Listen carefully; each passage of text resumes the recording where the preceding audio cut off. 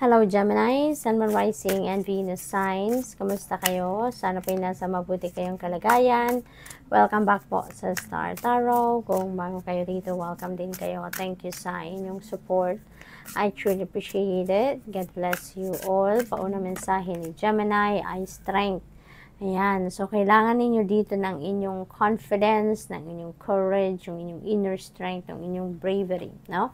Kasi maaring meron kayong sitwasyon dito, maaring challenging, maaring obstacles ito na kinakaharap ninyo sa ngayon na kailangan ninyo na tatagan ang inyong loob, tatagan ninyo ang inyong dibdib dito para maharap ninyo kung ano man ang sitwasyon na to, no? So that you'd be able to address kung ano ang mga bagay na kailangan ninyong solusyonan dito, okay? We have 7 of Cups. These are multiple opportunities coming your way, Gemini. Marami kayong pagpipilian siguro dito. Maaring maraming offers na could be sabay-sabay na pumapasok, you know, ang mga oportunidad na to. Kaya, kailangan ninyong pag-isipan, no? Kailangan ninyo na mag-research para makapamili kayo na maayos, makapamili kayo ng kung ano yung best para sa iyo. Okay? So, what else? We have 3 of Swords in reverse. Ayan. So, dito naman, this is about optimism. This is about forgiveness, recovery, healing. Kaya napakaganda rin ito kasi kung nanggagaling kayo dito sa heartache, no? Before or recently, sa ngayon napakaganda kasi handa na kayong magpatawad.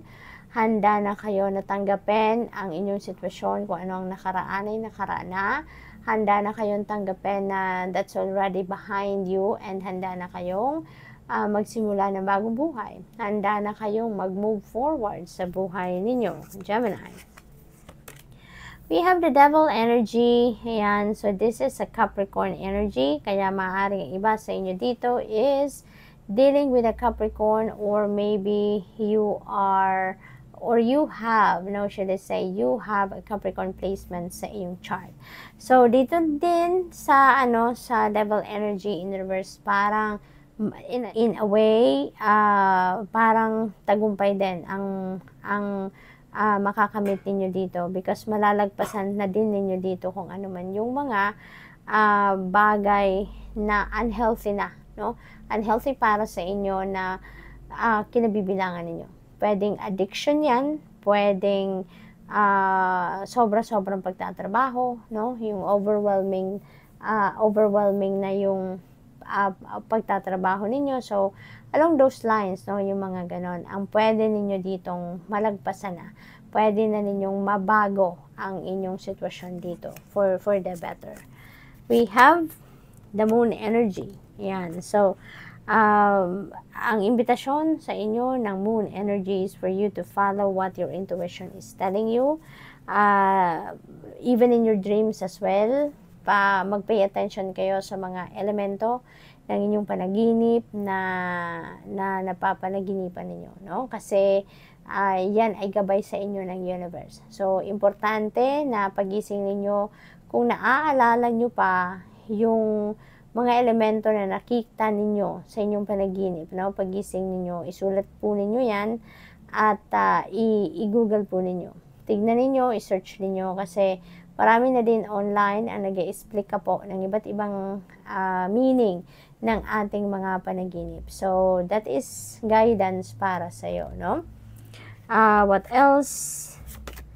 We have 8 of Pentacles. Ayan. So, ang iba sa inyo siguro dito, ang sipag, ang tiyaga, no? Napaka-dedicated, napaka-focused sa trabaho. Kaya, siguro, ini-enjoy ninyo talaga kung ano yung ginagawa ninyo. Maybe you are loving what you are doing, you love what you do. Maybe this is where your passion is, ano? Kaya hindi malayong kayo ay magtatagumpay, no? Tulad na lang ngayon, maaring dahil sa sipag ninyo, for the job well done, na ginawa ninyo sa inyong trabaho, maaring sa ngayon ay mabigyan kayo ng reward. Maaring sa ngayon, mabigyan kayo ng bonus, di ba? Maaring sa ngayon, mabigyan kayo ng promotion or siguro pay raise, ano, maaaring maibigay din sa iyo yan dahil siguro sa maganda ninyong performance sa trabaho. So, good luck to that, Gemini. So, what else? We have 7 of Swords in reverse. Ayan. So, ang iba sa inyo dito, nagagaling siguro kayo sa conflict, no? Maaaring related pa rin yan dito sa 3 of Swords in reverse, no? Since magkatapat sila, so siguro talaga nagkaroon kayo dito ng heartache, heartbreak, nasaktan kayo ng todo, nagkaroon kayo ng conflict with that person. Pero ngayon, you are ready to move on. You are ready to enter a compromise siguro para magkaayos kayo. Maaring ganun din dito ang gagawin ng iba sa inyo. So, you are up for reconciliation, no? Handa na kayong makipag-reconcile. We have 2 of Wands. Ayan, dito sa 2 of Wands energy, this is about planning, strategizing, making decisions, no? Yan ang mga kinakaharap ninyo sa ngayon. And maaari din, ano, na meron kayo ditong mga balak gawin na related siguro sa plano ninyong mag-travel. So, ang iba siguro sa inyong pinagpaplanuhan ninyo ngayon, pinagpipilian, pinagdidesisyonan is related to travel. Yan ang napipick up ko dito, Gemini. So, good luck. That's all I have for you for today. Thank you for watching. Love and light. Namaste. Hello, Libra, Sun, Moon, Rising, and Venus signs. Kamusta kayo? Sana po nasa mabuti kayong kalagayan. Welcome back po sa Star Tarot. Kung bago kayo rito, welcome din kayo. Thank you sa inyong support. I truly appreciate it. God bless you all. Pauna mensahe ni Libra ay justice energy. You are getting what you deserve. Now, this is justice. Will be served sa inyo. Kaya kung anong para sa iyo, yun ang makukuha ninyo. Ang bonus din dito sa inyo kasi may babalik nyo na din ang order sa buhay ninyo. Order will be back in your life. Yung sistema na dati ninyong ginagawa, na sinusunod, yan ay gagawin nyo ng muli. Kumbaga, maipapatupad nyo ng muli, no, sa sarili ninyo. So, that is really good. We have 5 of Pentacles in reverse. Napakaganda rin ito. Kasi kung meron kayong pinagdadaan ng mga financial problems in the past or recently, may mga financial difficulty siguro kayo na pinagdadaanan, then you are going to recover na sa ngayon. Ano? Now is the time that you are going to overcome kung ano man ang problema or paghihirap ng iba sa inyo dito financially kung meron man. So, there is triumph, no? There is success dito sa pagharap ninyo sa financial difficulties na ito. We have Queen of Pentacles. Ayan. So, napakaganda. Ito na yung breakthrough, no? Na magiging kasagutan dito sa inyong problema sa pera. So, dahil siguro dito sa Queen of Pentacles, kasi this is an abundant and prosperous energy, maaaring meron ditong financial blessings na dadating. Yun ang makakapag-solve sa problema ninyo dito sa 5 of Pentacles. And maaaring ang iba sa inyo din makakatanggap din dito ng mga lucrative job offer, career or business opportunities din, no? Maaaring nandiyan din sila. Kaya napakaganda rin ito dahil din sobrang sipag dito ang pinapakita ni Libra, no? Kasi aside from hands-on kayo sa pag-aalaga ng inyong pamilya, you are also taking care of other people kasi maaaring yun din ang inyong career, ang inyong trabaho. Maaaring you are also taking care of other people. Isa pa, maaari din ang iba sa inyo dito, Libra, ay aside from nag-aalaga kayo ng inyong pamilya, kayo din ay nagtatrabaho, nagsisikap talaga, no? Masipag kayo magtrabaho so that you can also provide for your family financially. So, we have Queen of Wands. Ayan, so meron tayong dalawang queen. Maaaring you are dealing with 2 queens, no? Dalawang nanay or dalawang mother figure ninyo siguro. And laging nandyan para tulungan kayo, advisean kayo, gabayan kayo, yung laging nakasuporta sa'yo. So, posibleng may ganon kayong sitwasyon. You have a very supportive people around you dito, no? As the Queen of Wands is very confident, very passionate, at saka napaka-independent din niya. Determinado lagi. Kaya maaring yun ang i-embody ninyo na energy sa ngayon, na kung ano man yung inyong balak gawin, kung ano man yung plano ninyo, maaring gagawin ninyo ang lahat para matupad ninyo ito. Maaaring gagawin ninyo ang lahat para yan ay ma-carry out ninyo, no? At marating, ma-achieve ninyo kung ano man yung ine-envision ninyo for yourself. What else? We have Page of Wands. And this is wonderful opportunities, wonderful news coming your way. Okay? Maaring ang iba sa inyo is going to be very inspired dito sa buhay ninyo, no? Sa ngayon, maaring meron dito mga balitang magaganda na parating related siguro sa mga opportunities, iba't ibang klaseng opportunity ang maaring may offer talaga sa inyo sa ngayon. Emperor energy, so talagang ano to, parang babalik kayo doon sa dating sistema ninyong ginagawa. Makakabalik kayo doon sa order sa buhay, or ibabalik nyo na sa buhay ninyo yung sistema. Kumbaga, yung tamang sistema, yung proseso na dating ninyong ginagawa sa pagmamanage ng sarili ninyo, pagmamanage ang buhay ninyo, maring yan ay maibabalik nyo na sa sarili ninyo at this time. Possible din na magiging tatay na ang iba sa inyo dito, Libra, or maybe mapopromote, no, sa leadership role ang iba sa inyo dito, kaya congratulations. So, maari talaga, no, na mas mapopromote ang karamihan sa inyo dito kasi meron tayong Queen of Pentacles, so meron ditong additional na pera, no? Merong financial gain dito na parating sa inyo. We have 7 of, this is 5 of Swords in reverse. Ayan. So, ang iba sa inyo dito, merong kagalit siguro recently, at ngayon, matatapos na yan. Kung ano man ang hindi ninyo pagkakaintindihan, that is going to fade away from here on. Maaring papasok na ang iba sa inyo dito sa compromise para magkaintindihan kayo, para mag-meet halfway kayo, at na maaring may reconciliation dito na magaganap for the two of you, no? So you are moving on from that situation, Libra. We have the Fool energy. Meron ditong new beginnings. Maaring mga gagawin ninyo na bago para sa sarili ninyo. Okay? Maaring ang iba sa inyo dito is going to start a new job, a new career. Maybe you're putting up a new business venture, or maaring bagong relationship ito. Could be a new place of residence. It could be anything. Depende sa inyong sitwasyon.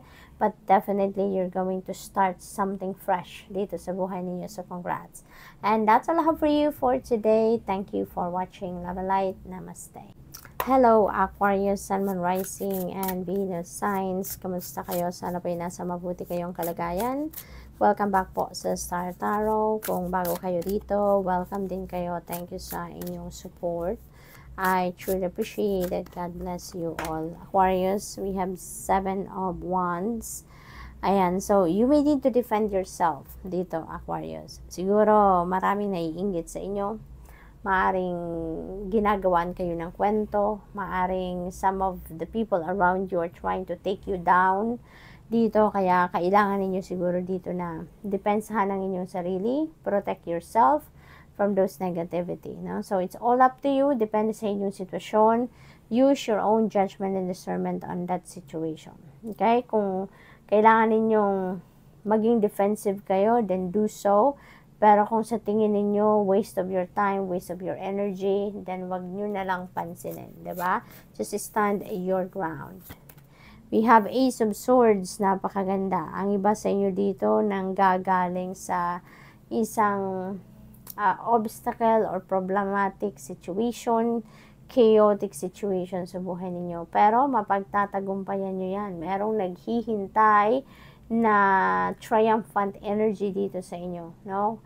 Malalagpasan ninyo kung ano man ang problema na yan, ano man yung chaotic situation na yan, you are going to surpass that.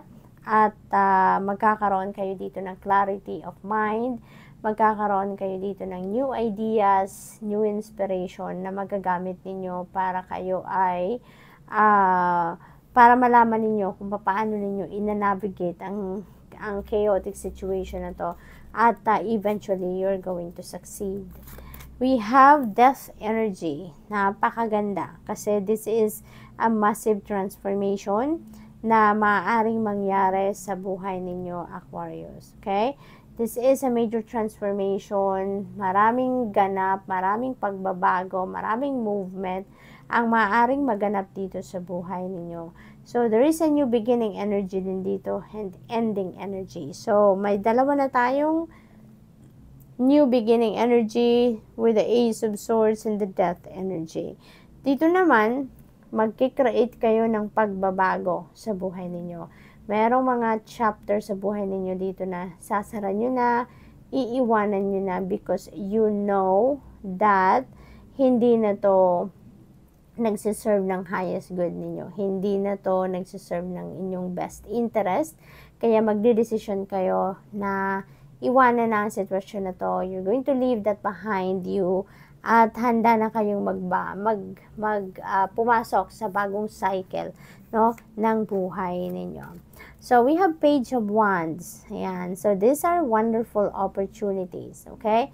Meron ditong mga bagong inspirational news sa inyo na parating. Wonderful news, good news are coming your way. At yan ay related siguro sa mga iba't ibang klaseng opportunity na maaring pagkakitaan ninyo. Maaring ang mga balitang ito ay related doon sa mga magiging bagong money path ninyo, magiging bagong negosyo, trabaho, career, you know, yung mga ganon. So, good luck. What else? We have 9 of Wands. Ayan. So, anuman ang bigat na problema pinagdadaanan ninyo, no, with the 9 of Wands, with the Ace of Swords, pagtatagumpayan ninyo, 'di ba? Ganon din kayo dito. Continue to persevere, huwag kayong sumuko. Kahit pagod na kayo, step back a little, magpahinga, and once na nakapag-recuperate na kayo, rejuvenate, bumalik kayo, balikan ninyo. Kasi now is not the time for you to give up. Kasi sayang naman ang effort ninyo, resources, oras na binuhos ninyo sa mga bagay na to para sumuko kayo, no, with just dahil sa mga obstacles. Kasi lalahanin natin na yung mga obstacles, parte yan ng buhay natin, yung mga problematic situations that are all part of our life's journey. Kaya lagi at laging meron at some point sa buhay natin, lagi tayong makaka-encounter ng mga humps and bumps, 'di ba? Pero wala namang binibigay sa atin na problema na hindi natin kayang solusyonan or hindi natin kayang malagpasan. Kaya kapit lang, laban lang sa buhay, always hope for the best possible outcome, no? Dahil pasasaan ba at mapagtatagumpayan mo din ang inyong mga problema, no? Sinasabi dito sa Ace of Swords na you are going to triumph over whatever it is na nilalabanan ninyong problema sa ngayon. Kaya, ganun din na to ang message sa inyo ni 9 of Swords, 9 of Wands. I mean, continue to persevere. Never give up. Malapit ka nang magtagumpay or malapit mo nang marating ang triumph ninyo. So, we have 6 of Wands. Ayan. So, sa 6 of Wands, this is another triumphant energy. Napakaganda, no, Aquarius? Napaka-positibo na mga mensahe ng universe para sa inyo sa ngayon. Sa 6 of Wands, tagumpay din ito. This is also another triumphant energy. Pero maaring ito naman tagumpay na to, related naman ito sa inyong trabaho, karera, o negosyo. Kasi you will be on the spotlight din ngayon. Kasi mararecognize na ng mga boss ninyo ng mga managers ninyo yung inyong trabaho. Mararecognize na ang inyong effort, mararecognize na yung pagsisikap ninyo na binubuhos ninyo sa inyong trabaho. Kaya ngayon, isang malaking tagumpay ito kasi maaaring matagal na ninyo itong hinihintay. Maaaring you've been manifesting this for so long at ngayon finally mapagtatagumpayan nyo na. No? You will be on the spotlight. Marami nang makakakilala sa iyo, magiging sikat ka, you will be famous, no? Depende sa inyong sitwasyon. We have 10 of Wands. Ayan, see? You're really going to succeed na. Kasi nanggagaling tayo sa 9, papunta tayo sa 10, kung saan nandito na yung inyong tagumpay. Okay? So, you're really going to succeed sa kung ano man ang mga pinagsisikapan ninyo sa ngayon. You're really going to overcome kung ano man ang mga problema ninyo sa ngayon. Kung ano man yung mga nakakasagabal, no? Sa way ninyo, whatever it is na is getting on your way, patungo sa inyong tagumpay, aalisin nyo na yan. You're going to leave that behind, yun na, kasi barrier na lang yan, no? Sa inyo. We have another 10. We have 10 of Swords. This is another new beginning energy. No, there is also an ending and beginning dito sa 10 of Swords. So, by the way, dalawa na ang 10 natin. We have 10 of Wands and 10 of Swords. So, this is a beautiful synchronicity dito kasi yung 10-10 is an angel number. So, I suggest po, please look up for the angel number 10-10 for more guidance. Marami pang inspirasyon, marami pang insights ang mapupulot ninyo yan that will be able to help you navigate your current situation sa ngayon. So, with the 10 of Swords, napakagandang energy nito kasi for the longest time, naghirap kayo dito. Maaaring nahirapan kayo emotionally, nahirapan kayo dito physically, then na-stress kayo ng bonggang-bongga dito. Pero ngayon, magsisimula na kayong bumangon. Magsisimula na kayong mag-take action para malagpasan na ninyo kung ano man ang mga heartaches dito, resentments, mga bagahe sa dibdib ninyo. Ngayon, magkakaroon na kayo ng acceptance, magkakaroon na kayo ng forgiveness sa puso ninyo, and you are ready to heal. You are ready to start a new beginning sa buhay ninyo on a clean slate. Kaya parang dito, you're going to release anything and everything na nagpapahirap sa inyo. No? At ngayon, handa na kayong magsimula ng bagong buhay on a clean slate. So, good luck. That's all I have for you for today. Thank you for watching. Love and light. Namaste.